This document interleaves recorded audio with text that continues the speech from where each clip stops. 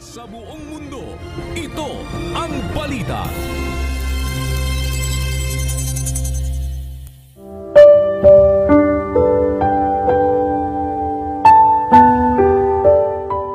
Purihin ang pangalan ng Panginoon mula sa panahong ito at magpakailanman.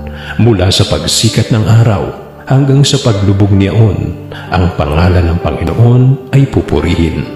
Awit 113, 2-3.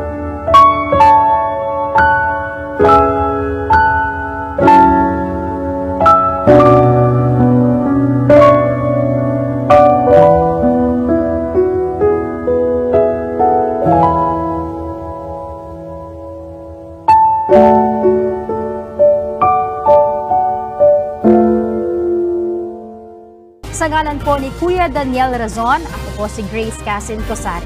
At dito sa UNTV, Diyos ang aming sandigan, serbisyo publiko ang aming pinahahalagahan. Magandang hapon po.